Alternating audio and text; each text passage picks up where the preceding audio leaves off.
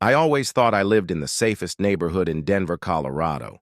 White fences, friendly neighbors, kids playing in the streets. But I was wrong. Evil was living right next door, and he almost destroyed my family, until I set a trap he never saw coming. When Jessica and I bought our home 5 years ago, we thought we'd finally found peace. The neighborhood was postcard perfect.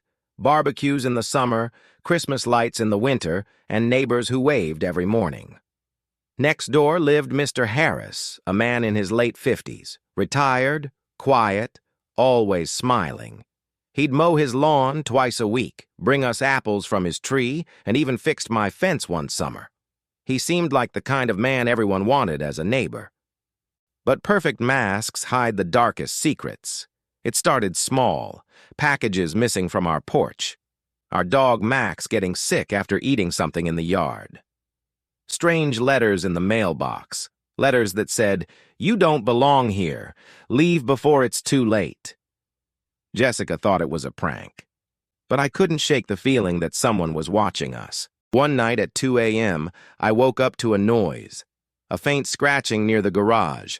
I grabbed a flashlight, ran outside. Nothing. But lying on the ground were old leather gloves. The kind Mr. Harris wore while gardening.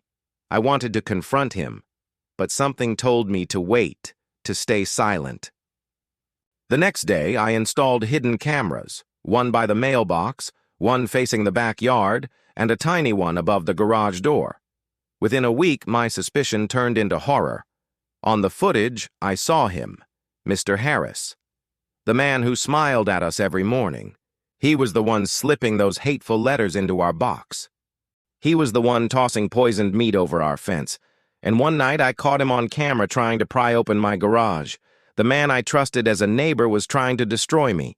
Instead of losing my temper, I decided to plan my revenge. Quietly. I gathered everything, the footage, the letters, the poisoned food.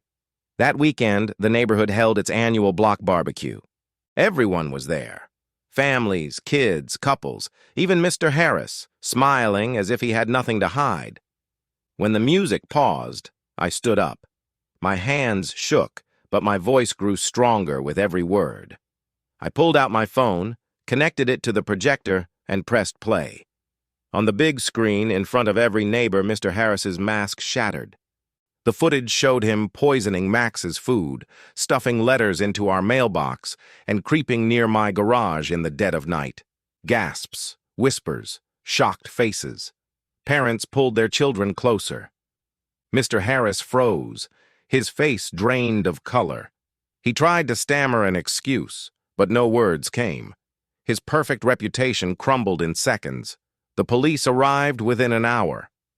They had no choice but to arrest him. Trespassing, harassment, animal cruelty, the evidence was undeniable. Neighbors who once waved at him now turned their backs. His house stood empty within weeks. The perfect lawn grew wild. The once smiling man had vanished, swallowed by his own darkness. That night, Jessica hugged me tighter than ever. Max was safe. Our home was safe. And all I had to do was stay silent. Because sometimes, silence is the loudest scream. They say evil hides in plain sight, behind the friendliest faces. My family almost paid the price. If you believe every story like this deserves to be told, please subscribe. Your support helps me share the truth and remind the world that silence can be the deadliest revenge of all.